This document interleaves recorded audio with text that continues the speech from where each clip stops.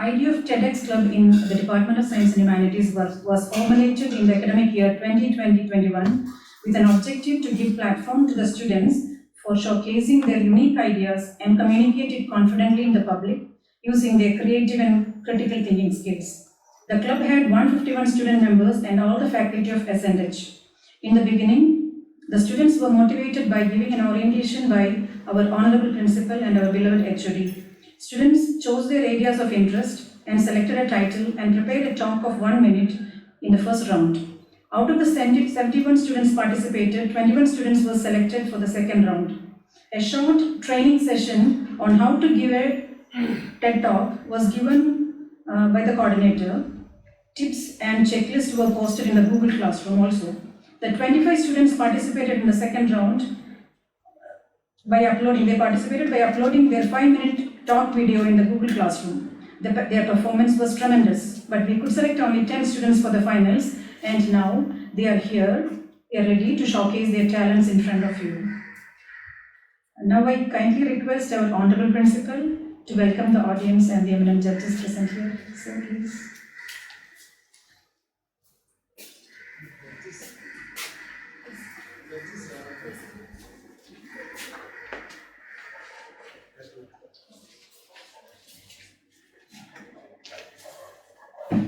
So respected Dean Sir, Dr. Ilvin Chandramoni, and beloved HOD of Science and Humanities Department and our academic coordinator, Dr. Pavai Madheswari, and the eminent judges who have accepted our invitation and attending this competition as judges. Ms. Sulekha, English Faculty of R.M.K Residential School, Ms. Purnima, English Faculty of R.M.K Patasala, and Mr. Ravi Kumar, English Faculty of R.M.K Engineering College, and my dear faculty members, students, and the participants for this grand finale of TEDx Club competition organized by SNH department. My dear students, first of all, our congratulations to each and every one of you, because you have been shortlisted to participate in this grand finale. So that's why you are all ahead of the other students who are all joined with you in our institution during 2021. And also the other students who have participated in this competition organized by TEDx Club of our SNH department during your first year, that is the last academic year. But because of some reasons, we are not in a position to conduct this grand finale event during your first year, but as per the approval by the management, magnanimous support by the management, now we have got the opportunity to conduct this grand finale and also to witness the talent of all the young students who are shortlisted for this grand finale. So Ms. Bhumika from E&I and Ms. Bhatmapriya from CSE and Sri Likita Andrew from Artificial Intelligence and Data Science, Ms. K. Jaitri from ECE, Ms. Madhumita from Artificial Intelligence and Data Science, Mr. Sanjay from IT and Ms. Nivetita from Artificial Intelligence and Data Science, and Mr. Akshay Raj from ECE, Ms. Swarnasri from CSE, Mr. Mohit Reddy from ECE. On behalf of our respected chairman, sir, all the members of the management and faculty members, and my own behalf, I wholeheartedly appreciate all of your efforts and wish you all the very best for getting the prizes, and the others also all the very best to get success in the forthcoming events. And my dear students, regarding this event, based on the suggestions or initiative by the management, so we have started various clubs, and this TEDx Club is one of the best club which will be helpful for each and every student to improve their communication skill.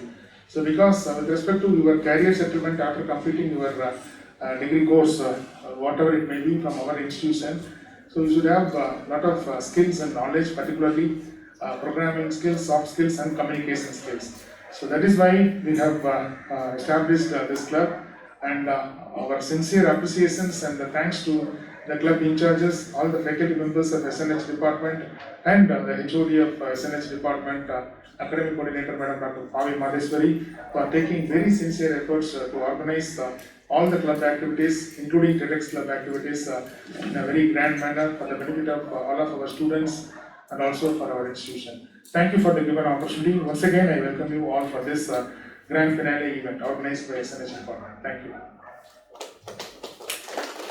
Thank you, sir, for your motivation. Now over to the announcement desk.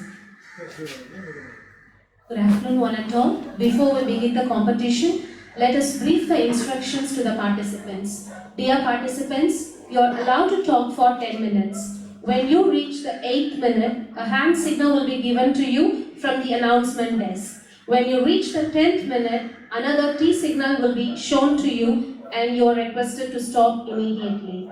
Kindly stick on to the time for the smooth conduct and for completing the competition before 3:05 p.m. All the best. Now we move on to call the first contestant, Bhumika of E&I department, who will talk on the topic where to find happiness. Over to you, Bhumika. A very good afternoon to one and all present here. So let me start off with a question. When was the last time you were all happy? It was like you wanted to relive the same day over and over again. You had a real great day. When was that day? So 90% of your answers could be like, it was last week along with my friends. I had a great day. We had a reunion. Or it could be the last month when it was my birthday, I had a surprise visit with my friends. Or it could be last year, or even before Corona, like we had a family tour and it was real great. I loved every bit of it. So why is that every time I tell you about when were you happy, you go back in timeline to listen or to say yourself that I was only happy back. I was only happy in the past. Why is that so? So here I am to talk about where to find happiness. My name is S. Bhumika from E&I department in my second year. So, for every happy life, all we need is positive actions and not positive thoughts. Why would I say positive actions? Well, if I asked the crowd to hold on your breath for 3 minutes, well, to keep a thought on your breath for 3 minutes, you would all have a pause, like, your mind will be wandering one in a time. But when I ask you to raise your hand for 3 minutes, you may all do it perfectly. That's how it works. Positive actions have more impact. So every time you want to have a happy life, make sure that you make the surroundings bright. Because whatever you practice is going to go stronger. Just remember that. Whenever you handle a situation, make sure you make the place happy. Because the small seed of happiness that you're going to sow now is going to go big over time. And guess what? It's not only going to benefit you, it's going to benefit everyone around you. Imagine a small baby crawling. Would you all be happy seeing that? The baby is being happy and making everyone happy. Just that we grow elder and we smile lesser, we don't see that differentiation. Okay, now I'm going to share my life experiences on where did I find happiness. I found my happiness first when I spoke up. Always speak up when you're not okay. Never use the 4-letter F word. And that F word is F-I-N-E. Fine. Never say fine when you're actually not fine. How are you doing? How is your relationship with your parents? How are your assignments going? How is college treating you? How is everything going? Is your life smooth? And we say, fine. Yes, I'm doing fine. How are you? I'm fine. Every time we say fine, it's you're saying to yourself, you just messed up with your school today and you're fine. You didn't finish your assignments today and you're fine. You just had a fight with your parents. You're fine. You're fine. You're saying it to your own self and your own thoughts, which is going to subside totally to your inner self. You may feel that it may consolidate the others who are an opposite of you, but they're just going to pass by, just like clouds. And it's going to you'll feel like, okay, fine, I just failed in a subject. It's okay, I always do it. And it's fine, you do it. What then happens when you don't say fine? Okay, I did not do it well. What should I do it? Oops, I didn't do that. Okay, let me go practice it. Because your practice grows stronger. That happens to every aspect of your life. Don't you feel? This is how it's gonna happen. Keep your place happy and you're always gonna be happy. Now, the next important life experience where I felt like I really understood the meaning of happiness is when I said the golden word, thank you. I was really thankful for what I was living, to what I am now and what I'm gonna be. Let me share a life experience is that during the second wave of Corona, then the second wave of Corona arrived. And what happened? My family was tested positive for Corona except me. I was left all alone in my home. I was alone for a few days, but then afterwards, there was no one to treat me because I was falling sick. I had to stay alone. I didn't know to cook. Obviously, I was only eating fruits which were in my home. And made sure I made 2-minute Maggie and everything was going fine until I fell sick. I was sick and I made sure that I'm gonna have a happy ending because I felt that those were the last days of my life because no one was around me. No one was there to ask me whether I was good. I had no one to say the F word fine. I was all alone. I made sure that this was my last day, so let me have a good day of my last day. I said, thank you, God. You gave me such a beautiful life. You gave me such good parents who are now sick, who are going to be okay for the next time. Thank you, God, for giving me good friends. Thank you, God, for giving me good parents. Thank you, God, for giving me good teachers who made me in this position now. Thank you, God, for giving me all the facilities that I have today. I thank my bed, which gave me the good sleep that I needed much. I thank my pillows. I thank my home. I thank the air which I breathed that day. I just thank everything I could imagine of. Everything. I thank the desk. I thank my books. I thank everything around me. And then I slept. Obviously, I thought I wouldn't wake up the next day, but I woke up much stronger. I was more healthier, and then I saw my doorbell ringing. I saw my maid coming in and saying she's gonna work for us no more because we were attacked with Corona, right? She didn't want to work with us. She said, okay, I'm just leaving. When your mother is back, however she is, I want my money back for my job. I was like, okay, and I said her thank you. Thank you, Amma. You just replaced my mother for a few days. You gave me food. Thank you for it. I'm so thankful. She took us 2 steps and she came back and she said, me, I'm going to feed you for the next 3 meals, Until your mother comes, I don't need any money. You're thankful? I'm going to give you all you want. And I didn't speak a word. This is what made me feel like happiness all lies in your positive actions and in your own self. Just be thankful for whatever you have. Speak up. Be thankful. And this is where my happiness all lied all these years. I was feeling like I just wasted more than 15 years in learning these 2 golden words. It was quite late. But I then felt there are many people who are still there who don't know these golden words. They don't know how it values to other people. Imagine, my dear friends, we are just like a piece of currency note. We may look simple, but yet powerful. We may have a lot of tension, stress that is going to crumple us up. It's going to, you're going to be like this. You feel there is no way out, just like I felt when I was in my Corona. And then you release it. You feel you can still open up yourself with a smile. That's all it takes. A smile is going to make you perfectly fine. This time, you're going to be really fine. And this time when you use fine, it's not an F word anymore. It's how you feel now.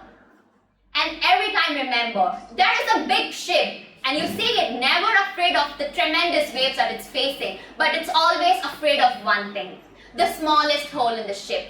Because even the tides cannot attack the ship anyway, but a small hole in the ship can make the ship sink. Think about it. Have a positive life, have a great day. Be happy and make everyone happy. Thank you.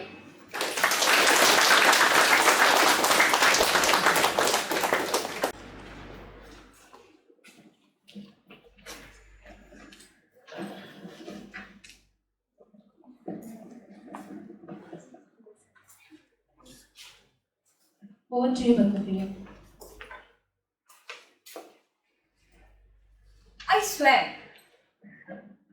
swear, I've never lied in my life. Do you believe me? Definitely not. So can anybody over here claim that you have never ever lied in your life? I think you don't. So, I'm telling you, it's okay to lie. I'm Padma Priya and I'm here to talk about lying. Johnny, yes papa, telling lies, no papa, to honesty is the best policy. all these years we have been salted with these thoughts. And now I'm coming here talking to you saying it's okay to lie. I know you're surprised. Let's see. So honesty always is so good that it builds trust in others. While dishonesty is bad and very dangerous. So lies builds dishonesty. Lies are very dangerous and helps us to, have the bad thought in others. Bad thought in others. Bad thought in others. And now I'll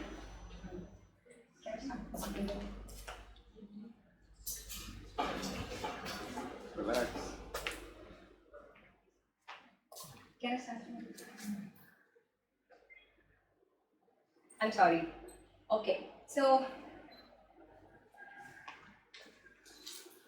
there are around 5 types of lies: grey lies, white lies, grey lies. I'm really sorry. Priya, you go out, you relax for some time, the third person can be called properly. Third person, the next person. Good morning, all. I'm Srilikita from Artificial Intelligence and Data Science. Now,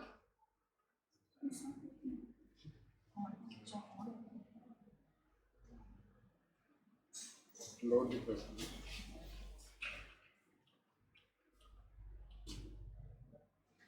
this girl in this picture looks super beautiful, doesn't she? This is the pre-photoshopped version of her.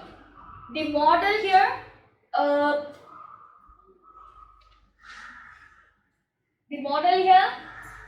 already slender and beautiful model here, had to edit her arms and face before she could show us the final product. 90% of the women likes to talk about what they don't like about themselves, what they are not.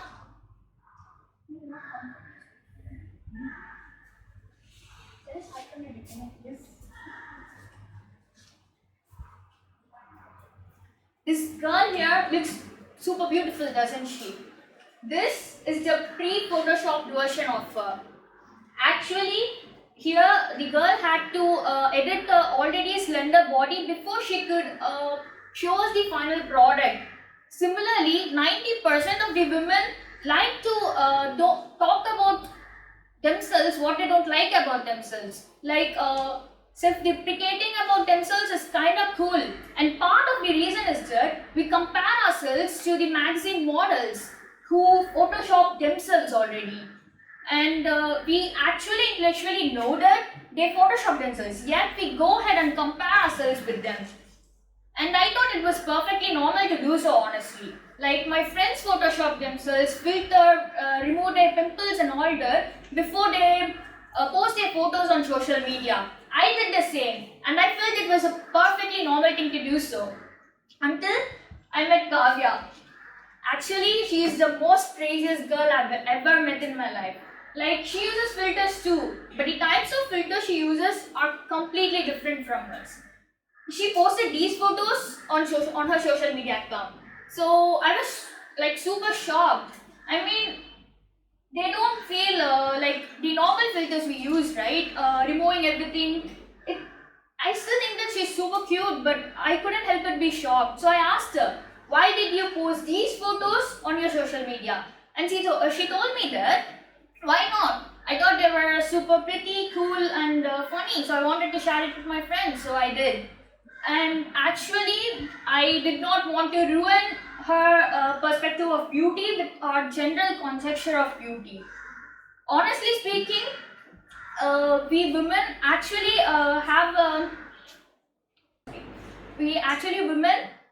don't really care about what we look like. We only care about what we feel about how we look like, and yet we continue to work on what we look like. It's because that we think that if we think that we look better, then we'll feel better about ourselves.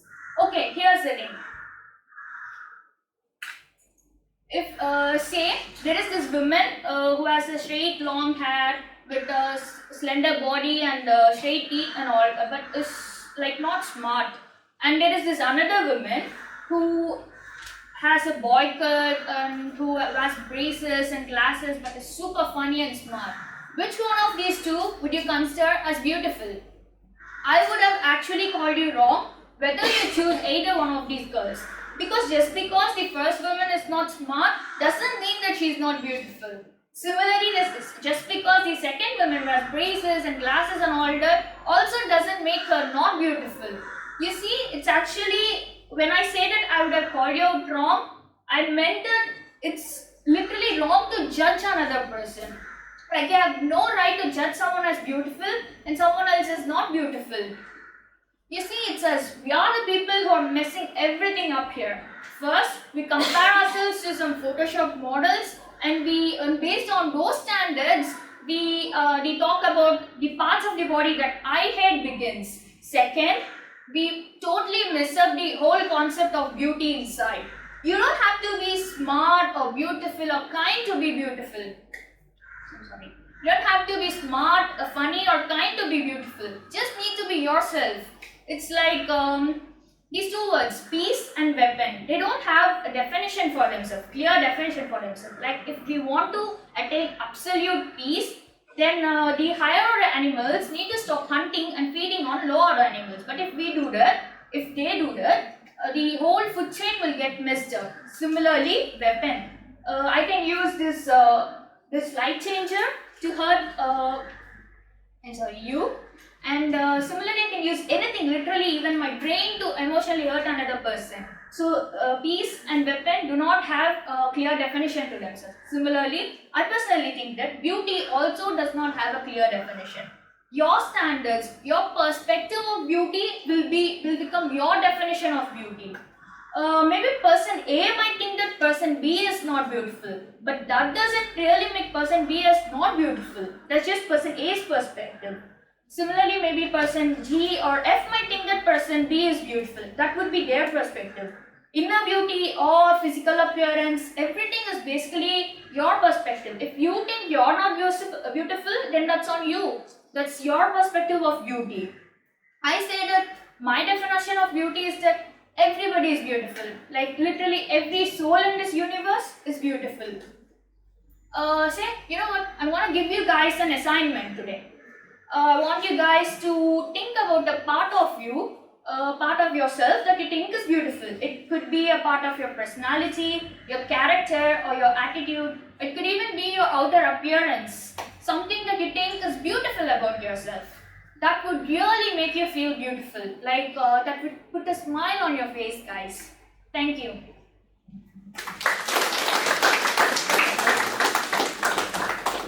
Thank you, Nikita. May I now call KJ3 of ECEB to talk on ideas are born out of. Good afternoon to one and all present here. I, KJ3 from the ECE department, am here to give a talk on the topic Ideas are born out of focus. All my life I've been told to focus by my parents, my teachers, my relatives, even the old man on the road who I almost ran my cycle into shouted at the 10-year-old me, "Focus on the road, girl." And in class we focus on our boards, in offices we focus on our work, while playing we focus on the game, and while talking to an audience we focus on the audience. And there are literally thousands of valid reasons on why you should focus. Obviously, no one wants to play bumping cars with some distracted person on the road, right? But still, today I give you a reason why you should not focus, why it's okay not to focus in non-life-threatening situations, obviously. But still, it's okay not to focus because ideas are born out of focus. Let me tell you about the evening that opened my narrow, focused mind and showed me a new perspective. The pandemic has changed us all in one way or another. And in my case, it shaped a poet out of me last year. So, on a typical Sunday evening, I was sitting there with my pen poised over paper, ready to get an idea regarding a poem. But I was so focused that I got a writer's block. Bam! There was nothing else to do. So I escaped to my terrace. And there, as I was walking, I realized a lot of things. And the first thing is that I was zooming out of my little world that is run by clockwork. And based on that, I was able to focus on the outer world more. And I saw a lot of things that are hidden in plain sight. A cat running across the wall, a parrot peeking out of the mango tree, a bird doing a flip in the sky. These are not some things you notice when you're focused on your daily flurry, flurry of daily activities. And so that is when I got the, just a minute.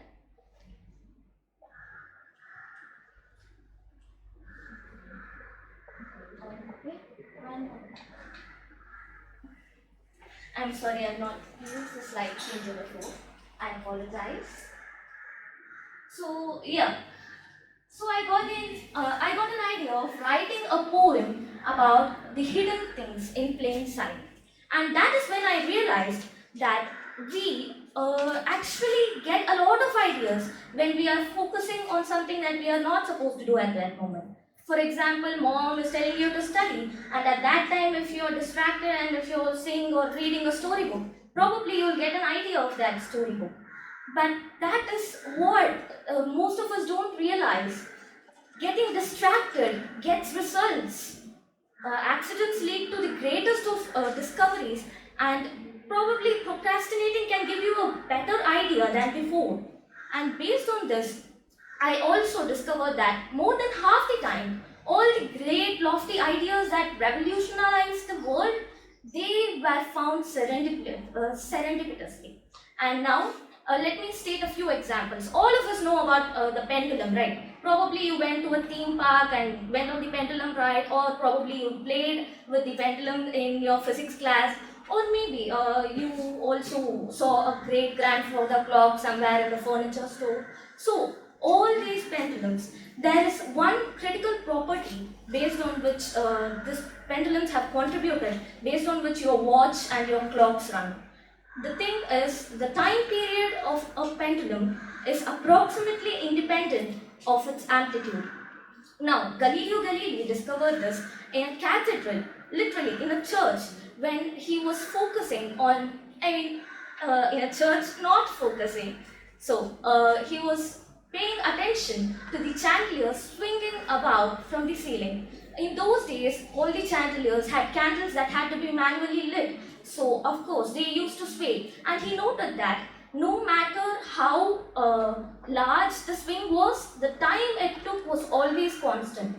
And that led to a great discovery. And Alexander, in a stipulated time, he left it for 2 weeks. And the ACs that you see here, these were the idea for an AC struck the inventor when he was on a foggy Pittsburgh platform looking at the fog. And the other best example is Charles Goodyear. You've heard of vulcanized rubber? Do you know how that came about? It came about because the inventor left a batch of rubber on the stove and turned it on and forgot to turn it off. These are just simple accidents that lead to such big inventions in the future. And just imagine what makes us different from them. They paid attention to the things out of focus and dared to wonder. Idea, my friends, is not an answer. Idea is a question. And that is why they made these great discoveries. Just imagine if Newton had been so focused on daily activities and or making a great discovery that he disregarded the apple that fell on his head. Then we wouldn't know about gravity today. And on the other hand, if he had thought of the idea as a passing thought and did not take any focused, concrete action towards building it to a great change, we still wouldn't know about gravity today. So, the point I'm trying to convey is that ideas are born out of focus, but great changes are born out of focus. That is an important distinction to make. And just imagine how a small comma, a single pause can create so much difference. And just imagine how a single idea can create so much change in the world. And when you think about that, you realize that we are painting ourselves as slaves to routine, as creatures of habit who are so focused to survive in the competitive world and all that. That is the general idea that most of the public has. But we also forget that humans are capable of infinite wonder. We have the power to literally change history. Each one of you here has thousands of ideas waiting to be discovered in your life. But still, you're not letting yourself go on that hunt. You are going, and even if you do stumble across an idea, you treat it as a passing thought. Or you are more focused on your daily life. You feel, oh, the maths homework that has to be submitted tomorrow is much more important than this little idea that I have. Probably someone already thought of it. So, don't kill your ideas. Please don't kill your ideas. And if you are coming up with an idea, maybe it could lead to something like a poem, or maybe you'll end up making a scientific discovery, but surely you'll leave the world a little better than before. Thank you. Thank you, Jeffrey. May I now call upon Madhumita G of AI Ideas A section to talk on Thoughts Become Things. A very good afternoon to one and all present here. This is Madhumita from the Department of Artificial Intelligence and Data Science. We are all around the Diwali weekend, Diwali is coming around. Every time when my mom makes 4 to 5 different kinds of sweets for Diwali, I was not much excited about it until when I hear a knock at my door, when I find my neighbor auntie, standing with a bowl of her handmade gulab jamuns.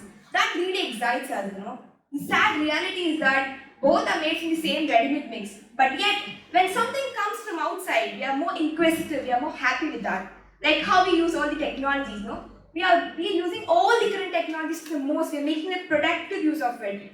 But do you know, we don't know a real potential of one of the most smartest technology that we have within us? You might be thinking what is that? A few might be just tell me right now, I have to go and download it and start working with that. A few might be just stop, I have just now started my C programming and now we're just coming with a new technology, But I'm sorry for everybody who are thinking that way. It's not something you can download or it's not something you can learn. It's something inbuilt in you. It's none other than our human brain. You might be thinking she has been exaggerating the human brain so long. Yes, you're not wrong guys, because only that much our biology books taught us, right? No, human brain is something, it controls you, not much far apart from that. But I say that when you use your human brain to the fullest potential, you can design your destiny. It sounds great, right? Because this destiny is a poor, petty guy, who takes all the blames of a life. Whatever nonsense we do, we say, it's my destiny. If there's no sugar in your coffee, you say, it's my destiny, my mom is forgetting to add sugar. If your queue moves slowly, you say it's your destiny because your queue moves slowly. So now I'm here to save your destiny. You can program your mind, that is, you can program your inbuilt software using a programming language called thought, so that you can design your destiny. How is that, You know that 2 to 4% of thoughts if we have, you can design on your own. It's totally under control. The remaining 96 to 98% of things you do, everything is controlled by subconscious mind. When I have an ice cream bowl in front of me, my favorite flavor is butterscotch. If I'm going to say the ice cream, I'm not going to eat you. I'm tying my hands back. After a few seconds, what happens? Even it's me or you, immediately our hands will be into the spoon of the ice cream. And that spoon will be inside your mouth, it's melting in your tongue. That's it, right? We cannot control it. But just imagine when we can program our mind to make it more productive. When you have your book and your phone, you say that I want to scroll through my Instagram feeds. But yet your hand automatically takes the book and starts learning everything. You know what it will result in? It will increase the expenses of a college. Our college has to provide gold medals for everybody. Everybody will become university toppers. It's reality, guys. It's not something fictitious. Yes, you can do it. Whatever you imagine, whatever you desire for, whatever you believe that you can change, your brain reacts to it. That's what science says. Science is always a bit confusing, right? So I'll put it another way. Just imagine you're going for a forum mall in a Sunday, a weekend. There are a lot of noises there, You can sound the tick-tick sound of clicking selfies, people clicking selfies there, cracking sound of burgers, french fries, everything. But I use the mall to the fullest. I just go only for a better purpose, That is window shopping. That's what we all do most times in the mall. We enjoy the AC, we do window shopping. In spite of all those noises, in some around the corner, if somebody's going to call your name, you know that they're not calling you. Might be a person with the same other name, other person's same name. But yet you cannot control yourself. You turn to that direction to see who is calling you. From which direction is my name sounded. It's all because you have been training your brain in the way that it's your name, it's which you belong to. You have repeatedly said to it like it's mine, something that mine is happening somewhere, I get attracted to it. You know, we can apply this in our life because no, our brain cannot differentiate two things. One is reality, another is imagination. It always reacts to the both in the same situation. Like how we react to a nightmare, we start sweating, our heart rate increases, and then at times the worst case you get off your bed. But no, the reality is that you're sitting in a safe, comfortable room, but yet you feel like you have really experienced it. That is how your imagination, your thought comes into reality. That is how your subconscious mind works. This is something amazing, right? We can make it to design a destiny because when our thoughts, you're just imagining something and it puts your physical body into work. But you can ask me, even I have imagined of becoming a millionaire, a billionaire and all, but no, I'm just now. But again, I go back to the example, saying that your subconscious mind. No, what you do in a nightmare, you start believing that it's real. Even though you're just safe in your bed, you start believing that, you start visualizing, you start experiencing it. That what says to your mind that she wants something. She's really indeed focusing on that because at night time, you don't get any distractions. You're completely sleeping. So it says that she really wants that, so put that into action and you get your things done. That's how you can start designing your destiny towards it. No, stop blaming what you have got in your life. No, now you have got the tool to design it. As no, we don't use it to the fullest. We don't use our brain to the fullest because we have just only imagined, we have only realized things, in a minimized version. Like how you get up early before the alarm when you plan for a field trip with your friends or an outdoor trip, And we have experienced things in a negative version so that we don't believe it. Like when the person in your next door was tested positive for COVID, you're all fine before that. When you immediately hear the news that he's tested positive, what it throat, it starts aching. You feel like you're feverish, like your temperature is increasing. But in actual, you're not affected by COVID, but yet you have the feeling. It is your brain which says that you believe that oh my god, if he's gonna sneeze at his home, corona is gonna come and sit in my hall, so I'm gonna get infected. So it is your belief which makes your body react to it. So why don't we take it in the other way? Your brain is just like a radio station, Whatever you tune in, when you tune in negative signals like this, when you tune in negative thoughts, it gives negative symptoms in your body. Why can't we put the clock around? You can tune in positive thoughts, saying that you can cure your illness. You can make something positive, saying that, yes, I can do it. So that's how your brain works efficiently. It is you who's going to use it using the most preferred programming language, that is your thought. Your thought designs everything. Your thought begins things. So decide what you want it to think and design your destiny. Thank you. Thank you, Malvika. May I now call upon Sanjay of IT to talk on what schools didn't teach us. Hello everyone. Can you hear me at the back? Yeah? Okay. So, I swear to God, I came here fully prepared on what I'm going to say and when I'm going to say until the first girl came and gave an absolute blast of speech. My self-esteem was there until that moment and it dropped down to here, and that was one hell of a speech. Kudos to Bhumika, right? Yeah, kudos to her. So now getting back to my part. So I hope you guys aren't feeling sleepy because this is the ideal time for sleeping, right? Just after lunch, 2:30. I hope you guys are. One guy over there is already checking at his watch and he's thinking, how long is this gonna go? Just bear with me, guys. Just bear with me for 5 minutes. I'll make it short, but I'll make sure that it's worth your while. Okay. So where am I, man? Let me introduce myself. So my name is Sanjay. I'm from IT department, and my topic is what schools didn't teach us. I'll repeat it again. What schools didn't teach us. Okay. But before that, I'm going to ask you a question. How many of you woke up today to learn something new? Anyone? How many of you woke up today and thought, okay, I'm going to learn something new today? Anyone? Yeah, you can raise your hands. We will not ask what you Yeah, you can raise your hands fully. Like some girls over there, like, should I raise, should I not, should I raise? You can raise your hands, yeah. Okay. I could see a two there, two here.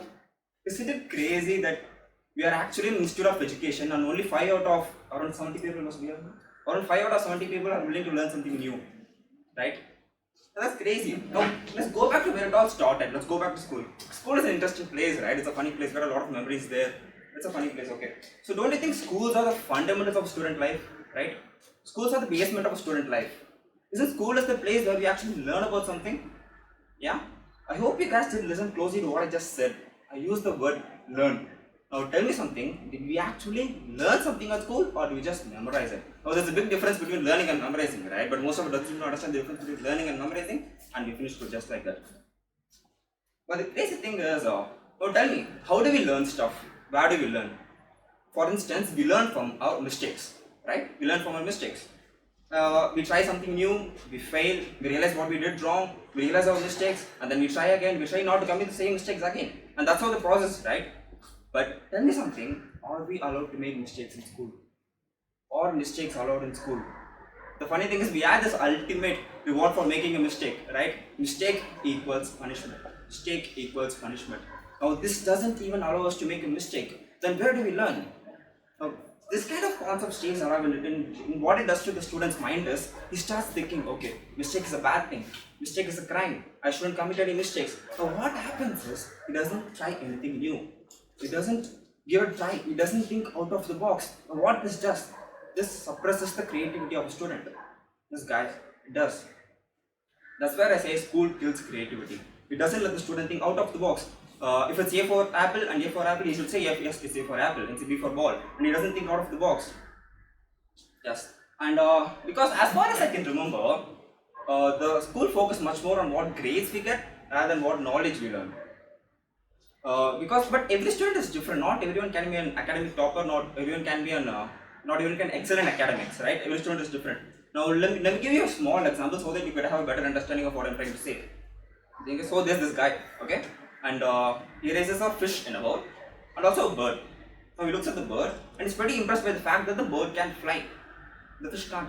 And he looks at the fish and he's pretty disappointed because the fish can't fly. And he asks the fish, like, why can't you fly? And the fish says, I just can't fly, I'm made like this, I don't have wings. But he doesn't seem convinced. He says to the fish, you know what, you work out 5 hours a day, you work out 6 hours a day, you work out 8 hours a day, then you can fly. But he doesn't seem to understand the fact the fish just can't fly. Also what he doesn't seem to understand is that the fish can swim, which the bird can't. Now isn't this a parallel to what is actually happening in a school? Every student is different. Every student has a different level of skill set and every student has a different area of expertise. So the job of the school is to find what the area of expertise is and help them get maximum out of it. And that's what I'm trying to say. Now let's go to the students, okay? Usually there is 3 categories of students in school. The first category is amazing. I have a lot of respect for this guys because they are actually doing what they are doing just because of pure admiration towards it. Now I will take engineering as an example for all things I will say because we are an engineering culture and you will relate to it so much more than the other. Now, if a guy, he takes up engineering, he took engineering just because he wanted to. Now, he wanted to be a computer science engineer, a mechanical engineer, so that he take up engineering. And now that's great. Now, let's keep the first category students aside. The second category, you must have all experienced this, you must have known some guys who are in the second category, or you might be one of those guys in the second category. And those students who took up engineering just because of pure pressure. Pure pressure from parents, from friends, from neighborhood, from neighbor uncle, anyone. Now, second category of students is like that. Now, the third category is pretty interesting because when you go to the third category student and ask like, what are you going to do after 12th? And you'll be like, I don't know, I don't know what I want to do. I don't think I have any interest towards anything. Now tell me something, why do you think he hasn't found his interest when he is 17 years old, which is well standard? At that time you must have figured out what you wanted to do, right? At that time you must have figured out what your calling is. But why hasn't he? Now guys, tell me, what is the point of schooling? What is the point of schooling? The point of schooling is to find one's true calling, to find one's true purpose and one's true interest towards things. But he studied 14 years of schooling and he hasn't found his interest yet. Why is it? And don't you think the student must have found his interest by the time he is in 12th standard? And I think the schooling is actually the fullest possible development of an individual. And I think that's where it all got wrong. And in conclusion, what I'm trying to say is, if the curriculum was a little bit worse and if the schools in our country focused on all-round development instead of functioning like a factory that is just mass-producing robots, we would have had a lot more happier students happily pursuing their dreams and doing what they wanted to do instead of what the society tells them to do. And thank you for the time.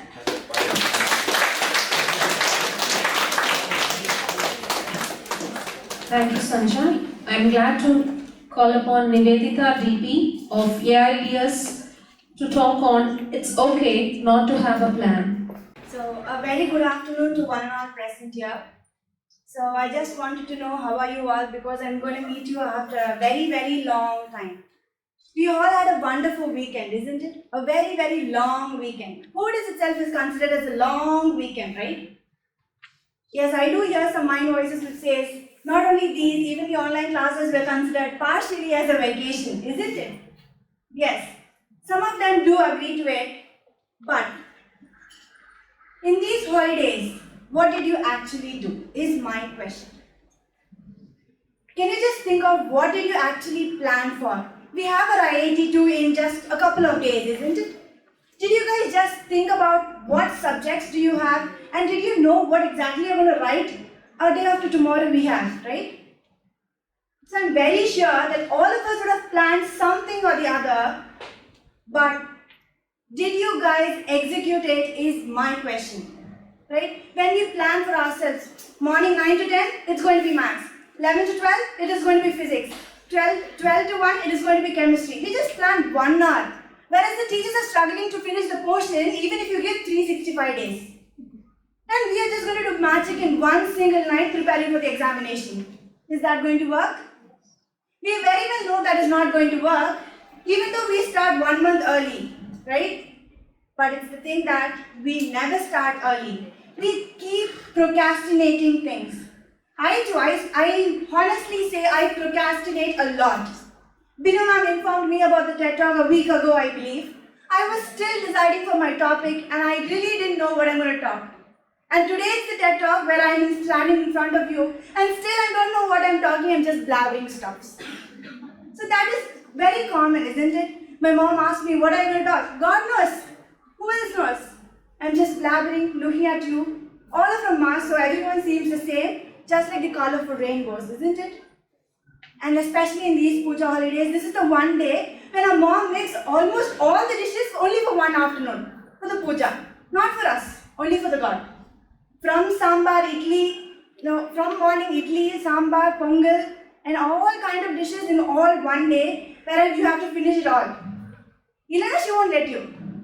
She won't let you without finishing that, right?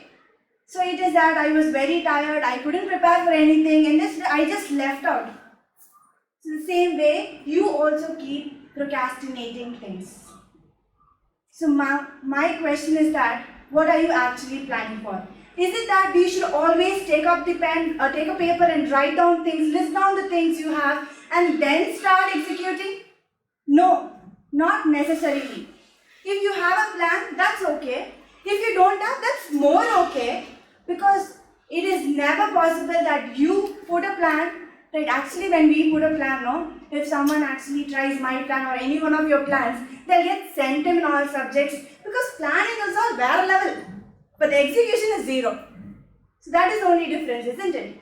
So there is no necessity that we are going to plan. So I am the classic example for all what I'm going to talk today. So when I was in 11th, that is a big game changer of my life. So there was the thing where I have to change the streams, either computer science or biology. My mom and dad just forgot that they had commerce also. They didn't bring in anything. They made me choose between one. And it's like choosing between parota and a pizza, right? How do I choose? But I had other plans, I wanted an ice cream which is nowhere related to either one of them. So it is like that. So I wanted to do architecture or fashion design. I actually wanted to be a chef. And my mom said, anyways, you're going to do the same thing for the lifelong. So isn't that so? Definitely not, right? So I just joined. I took this engineering college. And I opted for AI and DS, which I have no idea till now why I belong to that department. It's just, I felt, okay, that is fine. That is a new department. I can do something out of it. And then I'm here today. And what actually did I know? What did I actually do? It's that I thought, when we know the destination, right? When we plan something, we know that we are going to achieve this particular thing. When we already know the destination, where you're going for, and what is all the fun, right? You already know where you're going, and you're going to travel in the same vehicle, and what's the fun? Just imagine it's your birthday, and you have 2 of your friends coming home. One of them says, he has bought a brand new mobile. I know that won't happen, we don't have such kind of friends, but they have bought one brand new mobile, and other one has just said, it's a surprise. Even though that mobile is a costlier one, you will never think of it and just concentrate on the surprise part, even though that's just going to be the mobile cover for it. That is very simple, right? It is just because you don't know the destination, it is going to be more interesting, and therefore you can actually have fun throughout your journey. So that is always there. You never plan stuff. I planned the entire lifeline. No, I wanted to do my BR and then MR and then study for some time and then go for a job and then live my life happily as I wanted. I didn't want to depend on anyone, but all vanished in just seconds. Why is that so? You know, they say when we are busy planning something, life goes on. So that is the difference. Why do you have to waste your time, which is unfortunately that we are not going to execute at all. So that makes the difference. And one more thing which I wanted to tell is that wherever you are, you will have to take up opportunities, no plans. When I landed up in this department, our college first year had many competitions, many events. Why do you think I participated? I participated in almost everything. I guess judges would have also got fed up with me. Why always this girl? Even my friends also. Why do you always participate in stuffs? Because that was the only stress buster which I had, right? I had to do something which I like. I started a random YouTube channel. I started cooking, so I wanted to share it to my friends. I started a food page. And everything just goes on. Whatever I feel like doing, I'll do it. I'm just having fun. The main reason, just because I joined the TED Club in first year and I just spoke whatever I wanted to, I'm standing here today in front of you all, which is going to be on YouTube. That is a great success for me, isn't it? Just sitting in the class and listening to what teacher says. This is something different. Something which I can have my own experience, isn't it? So it is all that, it all depends on you, how you treat your life. And also it's that, it's not always that wherever you participate, you're going to win. You will definitely face rejections. Rejections are Chennai auto walas. You know, you call from them, they won't come. And they say passenger, they won't agree to our money. I say 30, he says 40. They will definitely not agree to us, and you will have 4 to 5 autos who say, no, I'm not going to pick you. Right? You already know your destination, that is going to be a home. But the only thing which differs is the person who is going to help you to reach your destination. But it depends, right? The auto wala who comes to reach your destination should be a good one, should support you, right? Especially when you want to go home very soon, very urgent, you have an important meeting or important stuff, the auto wala won't come. So just because when you stop going home, you will search for an alternative, right? So whenever you face rejection, search for an alternative and never ever stop. As I said, if you know the destination, then if you reach the destination, you are going to stop. And that is not life at all. From the day you were born until the day you are no more on earth, you should enjoy your life as I am doing till this second and hereafter too. So that is most important. So what else to talk about planning, right? Why planning? I guess some of my friends also plan how to start, how to go ahead with the speech. But I found few of them who were just stammering in between. But it's just, I didn't plan anything. I just wanted to say whatever I wanted to say. That's it. It is not necessarily that planning only makes perfect. And that's nowhere, and you can never convince me with that. Either you too, I guess. So the same way, what you will have to concentrate is only the execution part and never think about the planning. And remember, when you wake up in the morning, you just have 2 options. Either continue sleeping with your dreams or wake up and start chasing them. Only 2 options, and never ever depend upon plans. And if you have plans, well and good. And if you don't have plans, it's really okay, and you can take me as an example, and you have many more people who have succeeded with plans. As one of my friends says, Newton's apple, did he plan for something? No, it just happened like that. So you need not plan for anything, and you have success all around you. It's just that you will have to utilize them. So probably you should start experiencing your life in a much more funnier way, and you'll have to enjoy the entire life till you are here on earth. So you start your life from today. Probably not today because we like procrastinating stuff. Probably some other time and soon. Thank you. Thank you, Nivedita. I'm glad to call Akash Raj of ECE to talk on the topic, what is the something present in every successful entrepreneur? A warm and a pleasant good afternoon. I hope you're able to get my voice there behind. So this is myself, A.V. Aksharaj. I'm from the EC department today before you for a conversation. It all started Thank you. So things all started between the first and second lockdown, where I had some annoying online classes going. I kept them aside and I started to cooperate with my father for his business.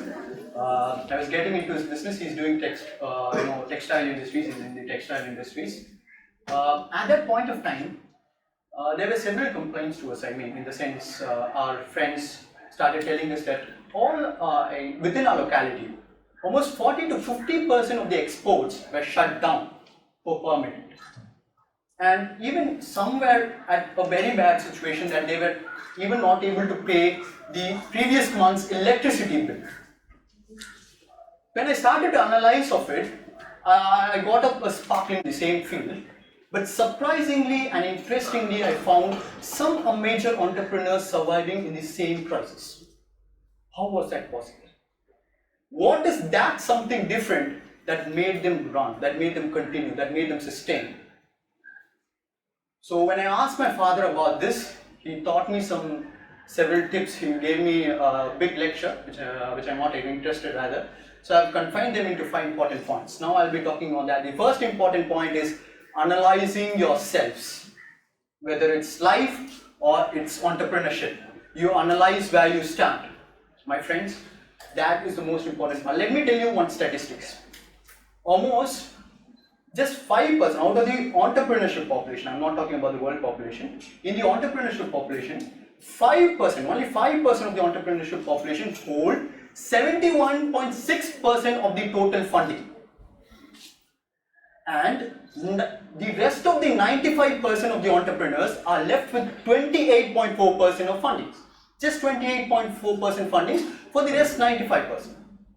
So where is the fund for the 28.4%? The main reason for me to state this statistics is because there is a myth revolving that a good entrepreneur is the one who has some good funds with him, should leisurely invest that and gets good returns. But that is not the one. And successful entrepreneur is a person who knows where to invest rightly. He knows how to invest properly. Even if it's a single paise, he knows where to invest properly and get good returns. He becomes the most successful entrepreneur. And coming to the second point. The second point is broad-mindedness. Again, a life skill, but broad-mindedness is very important because it can even take a small idea to a larger extent. It can show you so many gateways beyond your thought if you're broad-minded. The best example for this is that a question to you all, a common question, not common. A chai wala, let me take up a chai, okay, which I buy here for 10 rupees. I'll tell you the ingredients and you should tell me what profit can sir make with due respect, make out of that 10 rupees chai. Okay. Tea powder, sugar, milk, water, cup that he rents or the use and throw cups, gas, pricing cost, okay, and rent, electricity bill. What do you think could he make out of that 10 rupees? I'm not talking about the 5-star hotels who charge 200 to 300 for a tea. I'm talking about our local chai bars. Maybe some 1 or 2 rupees. But a person, one of us, made things different. An MBA student who has started and campaigning in the name of MBA Chai Wala made things different. He's now running and startup. He has 25 setups all around India and his turnover is between 3 to 5 crores on net. So that is how and broad-mindedness takes a small idea into and sparkling success. And next, coming to the third most important point, demand and timings. Demand in entrepreneurship is the first quality that anyone should look at. And best entrepreneur will always run for the demand. He knows where the demand is. Let me tell you one simple thing. You cannot keep purchasing woolen goods and keeping, you cannot keep, buy woolen goods to be sold here in Chennai because the average temperature is between 30 to 40 degree. You may expect it to be sold in Kashmir or Ooty. So my intention of telling this is that an entrepreneur should always be of eagle-eyed to notice where his demand is actually. He needs to be running for the demand and timing sense. Being in this export industries with my father, I've seen so many orders of crores and crores rupees worth being cancelled in seconds due to the delayed submission of goods, etc. So punctuality does play a very important role. And next, coming to the fourth most important criteria, communication. If a person is so good at communication, I can guarantee you that you are the first person to get into an entrepreneurship, to be an entrepreneur. When I talk about this communication, I always remember an incident. I was in my father's company. I had some rough and tough talk with a buyer who was almost pointing out each and every mistake of mine. When I show him one good, he will say this good is not fine. So I almost had a quarrel with him through words. So I was losing my deal. The deal was missing out of my own consciousness. I was missing him. I was missing the deal because I did not treat him properly. At that point, my father intervened, and his pleasing words and smiling face changed things. He molded the thoughts of the buyer and he made him feel comfortable. I don't talk about that pleasing words or the smiling face. Maybe everyone will not be smiling at all conditions, but it is about the approach. The approach is very, very important for an entrepreneur. The more good your approach is, the more pleasant your approach is, the more successful you become. And next, learning. Coming into learning, nowadays boys wear leggings, girls wear bell-bottom pants, saying it to be plazos. I don't know what it is. So the trend keeps changing. The trend keeps changing, and we should start analyzing the trend, analyzing the demand.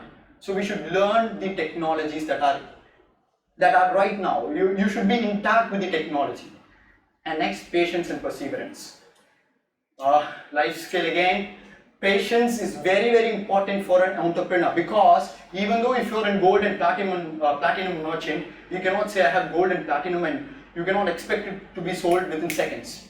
It has its own market, it has its own demand. You need to have that patience till it gets sold, and you need to keep that perseverance to keep trying until and unless you get the demand. You get the right demand for the right price. And concluding all this, I asked my father, who gave me these tips, will I be a good successful entrepreneur if I follow all these sort of lectures that you give me? He told, never you will become that. And I asked him, why not? He told me that Geo is a project of 16,000 crores. I'm not very good in statistics. There were some 16,000 something kind of 16,000 crores project. It is established all around India within some very small span. So what was important in that? The groundwork that the owner has put into, the entrepreneur has put into, the implementation of the proper plan that he has put into. So the groundwork is always very, very important. Hard work combined with smart work will always fetch you good results. And at last, now getting into my conclusion. Now, I was always speaking about that something which makes an entrepreneur successful. Now let's make that something. Okay? Take some unique ideas, keep it aside, let it be good, very good, excellent, and mix some skills which I told you. I'm not a Bel Puri wala, don't mistake me. Mix some good skills, keep it aside, sprinkle some good groundwork, present it to your audience, and that's it. This is the something special that I was always talking about in my topic. Thank you so much for giving me such a great time. Okay, so I think I messed up because I lied about not lying. So I'm here to continue right now. So can anybody claim here that you have never lied in your life? I don't think so. And I'm here to tell you it's okay to lie. So I'm Padma Priya from second year CSEB section. So it's okay to lie. To begin with, honesty is the best policy. And Johnny, yes papa, telling lies no papa, these have already been soldered in our hearts. But lying, after all these warnings, we lie frequently, right? We lie frequently, and by frequently I mean 1 to 5 times a day. From our childhood, it starts and it peaks as we grow. And growing, I mean like 1 to 5 times a day.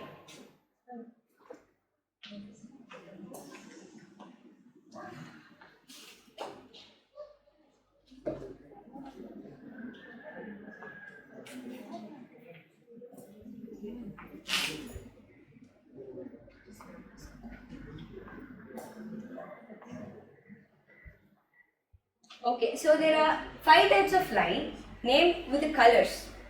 The first one is grey lie, white lies, black lies, red lies and pink lies. No, I just lied. There are only 4 lies. Grey, white, black and red. So to begin with, first the grey lies. Have you ever told your mom, wow, that is such a tasty, yummy biryani, even when you know there is too much salt in it? Or tell your friend, that's such a good picture, but you know that it's actually not. Or like my friend Nivedita just said, that she didn't have a plan, but yet she had a paper full of script written on it. No offense. And then comes the grey lies. So these are grey lies. And next, the white ones. What are the white ones? These are like somewhat similar to the grey, but you know, we expect another lie in return. For example, me and my brother always have this pact going on with us. Like I lie about his whereabouts to my father, whereas in return he has to lie about my marks not being released yet. So next, the red ones, the worst ones. These lies are just all about spite and revenge. We tell them like we blame others for our mistakes and then tell them by hiding the truth. And the next one is, so I have told about white, grey and red, and next the black ones, which are the worst. So the next one comes from, so these are the 4 types of lie. And the vast majority of these lies definitely leads to devastatingly destructive outcome. To be precise, 93% of them do. But what I'm here to say is that the rest 7% are not actually bad. They do remarkably the opposite. They are good lies. The ones we say to just soothe them, somewhat like the white lies, but white lies are uninteresting and boring lies. It's very boring to say, wow, you look good, and in fact it's not like actually she's good. So what are the lies I'm coming here to say is pro-social lies. Lies that are defined as the goal, which has the goal to deceive others, but also as the goal for the good of others. Just like it motivates others for the good. Just imagine you're showing a very worst picture you drew to a kid and ask, how is it, with a very sad face, and the kid definitely will smile and tell you, oh, it's so good, telling you it's so good, just to remind you that, and making you, he or she does not want to make you even more sad. So she says, yeah, it's so good. So that is what pro-social lie is all about. So that is what pro-social lie is all about. And I had lied once, pro-social lie. This is my grandfather. So when he was in his deathbed, I had to lie. I lied to my grandmother that he is fine, that he will come back soon, that he is alright. For me, lying didn't matter at that time. All mattered was she. I lied because I cared. It is not about lying.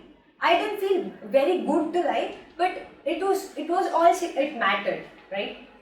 And just think of the one lie, the biggest lie you ever told in your life. Was it really necessary? Was it, what was the intention behind it? For me, the lie I have ever told, the biggest lie I've ever told was to my appa. I said, "Pa, no, I didn't drive a bike when we went to group studies. Actually, we went on triples. But now, thankfully, I have my driving license." So this is how we lie. But these are not the lies I'm talking about. I can give you one more example for the lie which I am not talking about. Like when I was in 12th grade, I had this class where there was no teacher, so my class boys started to play with the ball. And unfortunately, as mischievous always, they broke the glass window. We all knew that who broke the window, but still we all lied. We said we don't know. And as a result, we had to pay rupees 50. Like each and every one of us had to pay rupees 50. So as you can see, this is not the lie I'm talking about. And to complete my speech with, this is what Thiruvalluvar has also said. பொய்மையும் வாய்மை இடத்து புரை தீர்ந்து நன்மை பயக்கும் என. So pro-social lies are not always meant to ease others. It is to make the good out of lies. It's not always bad to lie. So I'm asking you again, is it okay to lie? I think yes it is. Thank you.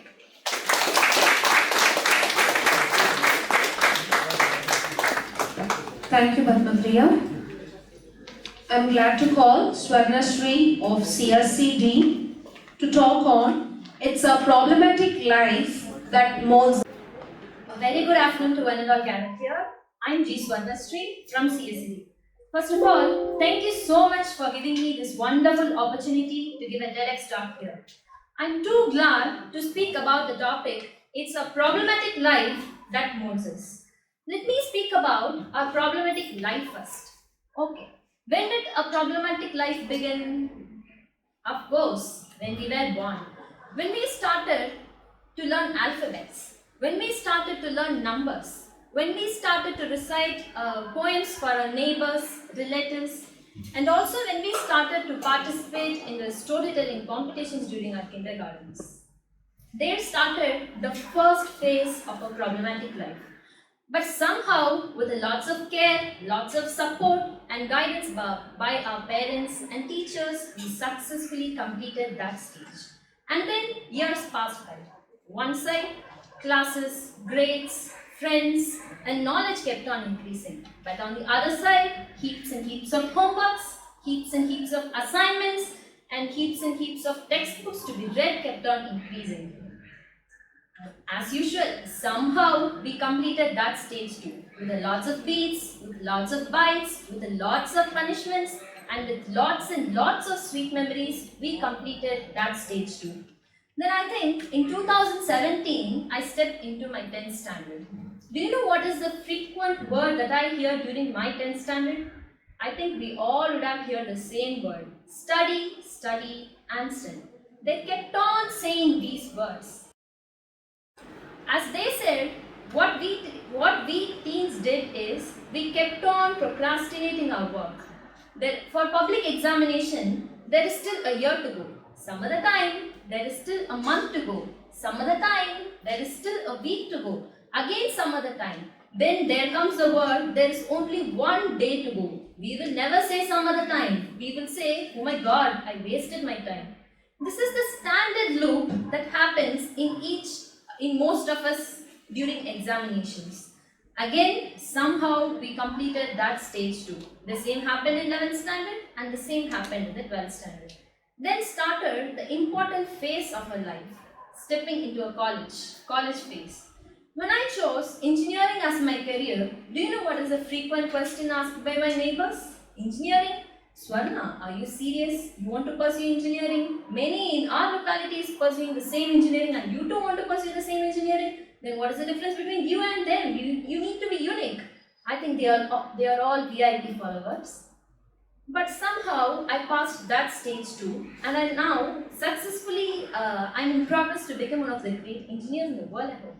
Except for completing few assignments, homeworks, and laboratories. Other than that, I hope I'm a good engineer. Let me go back to the past again. In 10th standard, they told me, just this year alone you study hard. You will get a very good mark. If you get a very good mark, you will get a very good seat in a very good school with a very good group. I followed their rules. Then what happened? I stepped into my 12th standard. They repeated that again. Just this year alone, you study very hard, you will get a very good mark, then you will get a very good seat in a very good college with a good group. And I followed that. Now I'm standing in my college. Now what are they saying? Just these 4 years. You study very hard, get into COE, get into a corporate job, then your life will be settled, you can be happy. And then what will happen? I will go to my job. There my team leader will come to me and say, just this project alone, your first project, concentrate well in it, work hard, then you will get a better projects in your future, then your life will be fulfilled, you can be happy as always. Oh my God, where my life is going on. This is what the sentence that will be going on in all our minds. I explained this same scenario to my mother and she replied me, my dear daughter, stop enjoying your life. Try to enjoy each and every phase of your life. When you are a student, try to enjoy the student phase, then enjoy the work phase, even enjoy the senior citizen phase. Enjoy each and every moment you live. Problems, they are like Eiffel Towers. They can be 300 meters in heights, but we can enjoy its elegant beauty in just few centimeter size mobile phones, right? I mean to say is, the problems depends on the way we see. For example, let me tell you my own example. I like starting with the night sky with beautiful scattered stars. We feel like, oh, how far away the star is. But try to think it in a positive way. Just go to a mirror, stand in front of it, you can see your face in that, and you can feel, oh, the star is too close to me, and that's my face. It may sound silly, but it gives a positive feel to us. Then I'll give you all a few seconds of time. What I want you to do is just go back to your past and just pick one moment in which you experienced a problematic moment lonely in your childhood. Got it? Now I bet when you think that moment, you'll surely have a blooming smile in your lips. And that smile shows the beauty of life. That smile is the outcome of the maturity, experience and positivity that you gain from that problematic moment. Did you get it? I hope you get it. In Tamil, there is a famous phrase by which I am inspired the most. Uliyin valiyai thangum kaldan silayagum. That means a raw stone which bears the pain of the chisel will become a very beautiful statue which stands special away from the raw stones. I would like to tell you all a short story. There was a biology student and he was interestingly waiting to watch a butterfly coming out from its cocoon. He was very happy to see a very tiny crack in the cocoon. But that butterfly struggled a lot to wrench its whole body out through that tiny hole. I think you all would have come across this story. That boy took a pair of scissors and he enlarged that hole. What would have happened? The butterfly died. Why? Because it's its nature to struggle first and then to survive. It is not only the nature of a butterfly to struggle first and then to survive. It is the nature of each and every being in this universe to struggle first and then to survive. That struggle gives strength to its wings to fly high and high to achieve its dreams. Now let me share my own experience. When I was in my 5th standard, there was a competition in my school. That was the first ever competition arranged by the English Literary Association Club that was formed that year. And I was the first person to speak about the Shakespeare's work. There was only one day to prepare and I prepared hard. I prepared day and night. You know what happened? I rocked the talk. I will never say that because I just want you to feel that I'm a good speaker, but I'm not. What happened was, I just messed up the speech. Instead of saying I would like to start my speech with a saying, I ended up saying I would like to end my speech with a saying. And I just got blank and I don't remember anything. I stood in silence for a few seconds and went back to my place. I felt bad at that time. But after that, I decided I must practice myself to speak first. So I came forward to give many talks, and as a result, now I'm delivering something to you. Now I'm feeling good about that moment. Problems, they are like chocolates. With a colorful wrapper, they may look like a problem, but if we uncover it, there will be huge progress called experience. I would like to conclude by saying, arise, awake, and never stop till you reach your end. Always have a pleasant smile, and that will make you to reach your end in a better way. Thank you. Thank you, Shwarnashri. Last but not the least, may I now call upon Mohit Reddy of ECEC to talk on Attitude Makes a Difference. I think it's 3. Good evening, all. Can you hear me? The last. After a long time, I've seen many faces here. But today, I want to talk something new, something different. I think a lot of youngsters are here. Each and every person wants to be something and wants to achieve something great in life. That is called human endeavor or human dignity. Each and every person who is sitting here watching me wants to be something in life. If we analyze all the people who have succeeded more in life, and they might have very good educational background, very good financial background, doing something really great in life, and there will be very few people who don't have any education background but have done very good things in life. But if you analyze all these things, one thing it really makes a difference, and that thing is attitude. For example, I want to take Steve Jobs as an example. Steve Jobs was fired away from the company when he was 30, and he started Pixar again, he started Next again, and he again bought to the Apple again. He became CEO there from there. And what he did, he gave us iPod, he gave us iPhone, iCloud, everything. When I want to personally ask you something, that when you fall in love, when you have a failure in life, for example, you have prepared something by keeping heart and soul, and literally you fail in that, how could you handle the situation? How could you accept that? There comes the thing called attitude of acceptance of failure. It's really hard because I literally cry because sometimes I'm emotional. Today, it's Apple is almost $100 billion revenue company, which is more than GDP of 97% nations on this earth. If we think Apple is a country, it is 7th most economic country in this world. I'm talking about countries.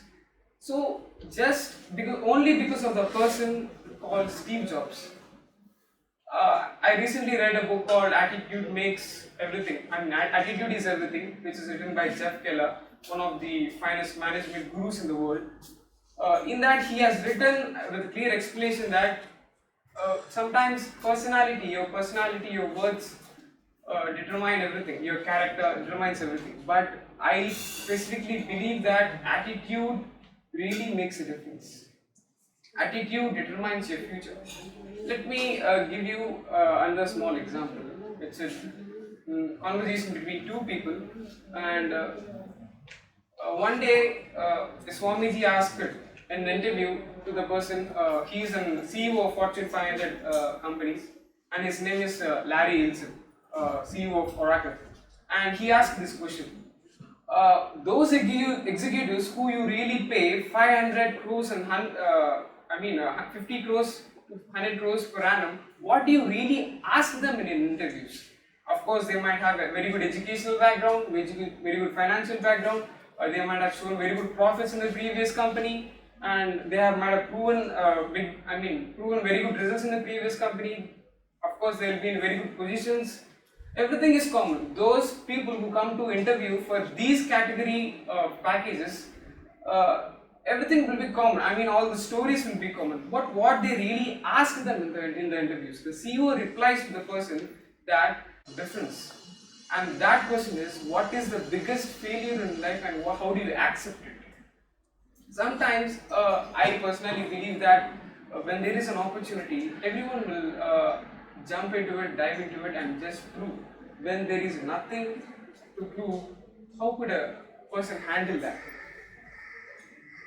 And when that person is in the company will always run, because as it is running always, it will run. Because when the company is about to be bankrupted, what is your role, what you are going to do there, that really matters in that. Because that is the real attitude of the person. In every situation, some small things we generally think really makes a lot of difference. Attitude really makes a difference. Thank you.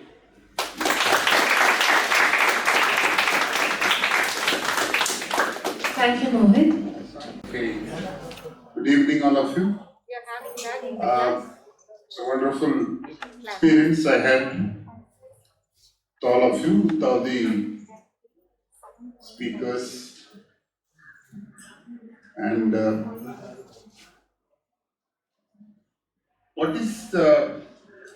you remember what is the theme of TEDx? Anybody? Ideas worth sharing. What? Sharing. Worth sharing, yeah. So, I believe all the ideas are worth sharing. Maybe some of them in a negative way, but they are convinced that they are also worth sharing. Like lies, for example. And yeah, they are interesting. And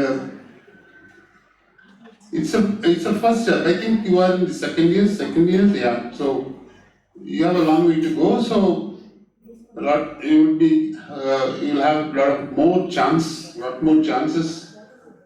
to give lectures like this. So don't worry about failure in this. So lot of things are told about failures. So don't worry about failures, or you will have a lot of chances. So you can perform well. So I congratulate all the speakers. I mean, everybody spoke well. So and I thank the club members, club organizers for doing this, because we rarely see this in engineering college. We rarely, do this in professional colleges. Maybe in schools you have all this kind of competitions and things like that, but we rarely see in engineering college. So it's a good initiative, and you have to learn a lot more from this. I think you will definitely do it in the near future, and all the very best to you. Thank you.